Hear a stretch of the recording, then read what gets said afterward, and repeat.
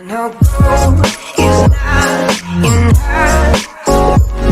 She's a diamond. बात करते हैं स्केलर एंड वेक्टर क्वांटिटी की। स्टूडेंट्स, इस लेक्चर में हम स्टडी करेंगे कि स्केलर और वेक्टर क्वांटिटी क्या होती है, उनको ग्राफिकली किस तरह रिप्रेजेंट किया जाता है और सिंबॉलिकली इसको किस तरह रिप्रेजेंट किया जाता है।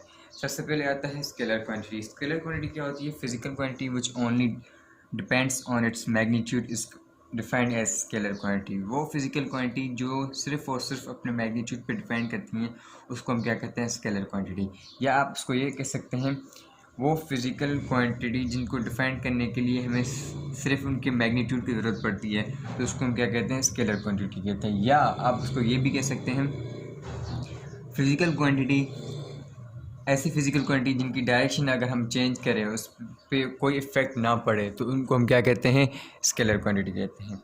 अब इसकी एग्जांपल देखिए, मैस है, वॉल्यूम है, डिस्टेंस है, चार्ज है, etc। सही है, सही है। अब पेन का लेट्स से आपके पास इसका 50 ग्राम इसका मैस है, सही है। अब आप इस मैस को किसी भी मेजरिंग इंस्ट्रूमेंट से मेजर करें तो इसका मैस क्या होगा? सेम होगा, ठीक है। अगर आप इस मैस को यहाँ पे रखते हैं, ठीक है, फिर भी इसका मैस सेम होगा। अगर इसको यहाँ पे रखते हैं फिर भी इसका मैस सेम होगा। इसको ऊपर रखते हैं फिर भी इसका मैस सेम होगा। अगर हम इसकी डायरेक्शन चेंज कर रहे हैं, इस पे मैस पे कोई इफेक्ट नहीं पड़ रहा, तो ये क्या हो गई? स्केलर क्वांटिटी हो गई। अब लेट्स से आपके पास कोई पानी की बोतल है, सही है, वो यहाँ पे पड़ी है, तो उस पानी की बोतल का वॉल्यूम क्या होगा? सेम होगा उस वाटर का। अगर इस बोतल को आप यहाँ पे रखते हैं फिर भी उसका वॉल्यूम क्या होगा? सेम होगा। अगर आप उसको ऊपर रखते हैं फिर भी उस बोतल के वाटर का क्या वॉल्यूम होगा? सेम ही होगा। इसी तरह डिस्टेंस भी हमारे पास स्केलर क्वांटिटी है और चार्ज भी हमारे पास स्केलर क्वांटिटी है, सही है। मतलब अगर हम उन क्वांटिटी से अगर डायरेक्शन चेंज करें, उनकी मैग्नीट्यूड या उस क्वांटिटी पे कोई इफेक्ट ना पड़े, तो उसको हम क्या कहते हैं? स्केलर क्वांटिटी कहते हैं। Vector quantity, physical quantity which depends on its magnitude as well as direction. सही है, वो फिजिकल क्वांटिटी जो अपने मैग्नीट्यूड पे भी डिपेंड करे और उसके अपने डायरेक्शन पे भी डिपेंड करे, तो उसको हम क्या कहते हैं? वेक्टर क्वांटिटी कहते हैं। मगर अगर हम उस क्वांटिटी का डायरेक्शन चेंज करते हैं तो वो उस क्वांटिटी पे इफेक्ट डालेगा, तो उसको हम क्या कहते हैं? वेक्टर क्वांटिटी कहते हैं। इस पे क्या था, अगर हम उसकी डायरेक्शन को चेंज करें तो उस क्वांटिटी पे कोई इफेक्ट नहीं पड़ रहा, लेकिन अगर हम इसकी डायरेक्शन चेंज करेंगे उस क्वांटिटी पे इफेक्ट पड़ेगा। ये आपके पास एक बॉक्स है, इस पे क्या लगा? एक 15 न्यूटन का फोर्स लगा। अब यहाँ पे हमें डायरेक्शन डिफाइन करना मस्ट होता है किसी भी वेक्टर क्वांटिटी को डिफाइन करने के लिए, सही है। आपकी एक बंदे ने बोला है, किसी स्टूडेंट ने बोला कि हमने एक ऑब्जेक्ट पे 15 न्यूटन एक फोर्स लगाया, लेकिन किस डायरेक्शन में लगाया ये नहीं बताया, तो हमारे पास ये इन्फॉर्मेशन क्या है? यूजलेस है, सही है। सो 15 न्यूटन हमने फोर्स लगाया टुवर्ड्स ईस्ट। अगर हम ईस्ट की तरफ फोर्स लगाएंगे तो ऑब्जेक्ट कहाँ डिस्टेंस कवर करेगा? इस साइड पे डिस्टेंस कवर करेगा, टुवर्ड्स राइट साइड पे ये क्या करेगा? डिस्टेंस कवर करेगा। अगर हम 15 न्यूटन, सही है, अपवर्ड फोर्स लगा रहे हैं, तो ये डिस्टेंस जो बॉडी कवर करेगी अपवर्ड करेगी, मतलब ईस्ट वेस्ट नॉर्थ साइड ये डिस्टेंस क्या करेगी? कवर करेगी। अगर हम सेम फोर्स इसको वेस्ट की तरफ लगाते हैं तो ये डिस्टेंस किस साइड पे कवर करेगी? वेस्ट की तरफ कवर करेगी। अगर हम बॉडी को ऊपर लेके 15 न्यूटन फोर्स लगा के और इसको हम 15 न्यूटन फोर्स लगा के नीचे वापस फोर्स लगा रहे हैं, तो ये डिस्टेंस किधर? नीचे कवर करें। ये ए पॉइंट से लेके बी पॉइंट तक आपके पास कोई भी एक पाथ है, सही है। ये ए से लेके बी तक ये कोई बॉडी हमारे पास एक डिस्टेंस कवर कर रही है, ठीक है। ए से बी तक हमारे पास एक क्या है? डिस्टेंस है।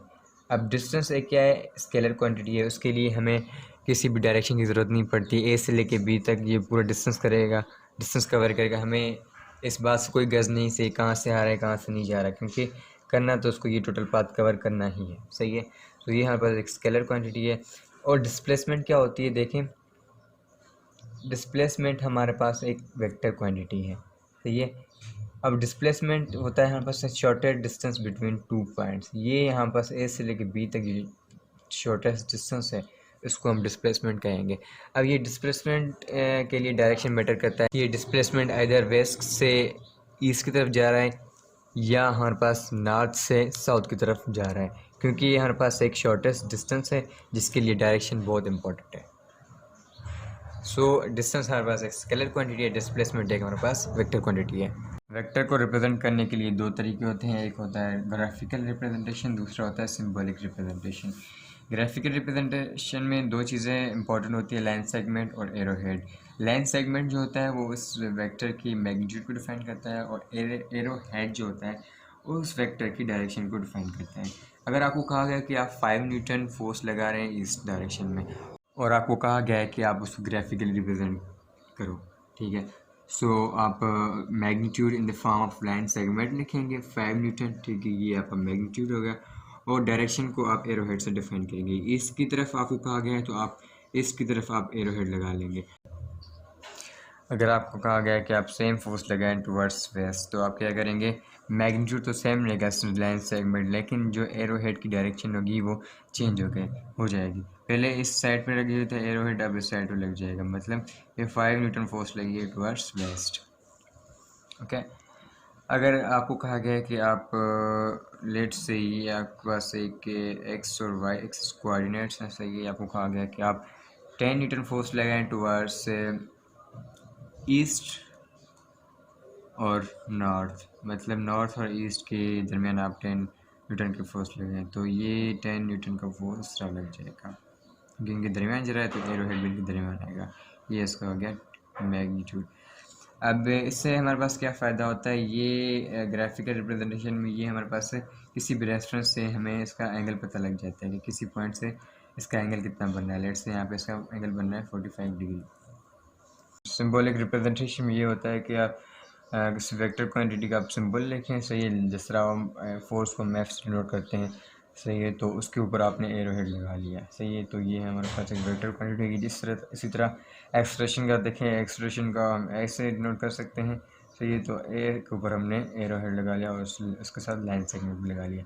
दूसरा तरीका ये है कि आप सिंबल लिखें, ठीक है, और उसके बाद सिंपली एक लाइन लगा लें विदाउट एरो हेड। तीसरा तरीका ये कि आप उसको बोल्ड लेटर से डिनोट कर सकते हैं वेक्टर क्वांटिटी, मतलब थिक लेटर में, बहुत जिस तरह ये हमारे पास एक मोटी फॉर्म में लिखा हुआ है, ठीक है, और ये एक्सप्रेशन देखें एक थिक फॉर्म में लिखा हुआ है।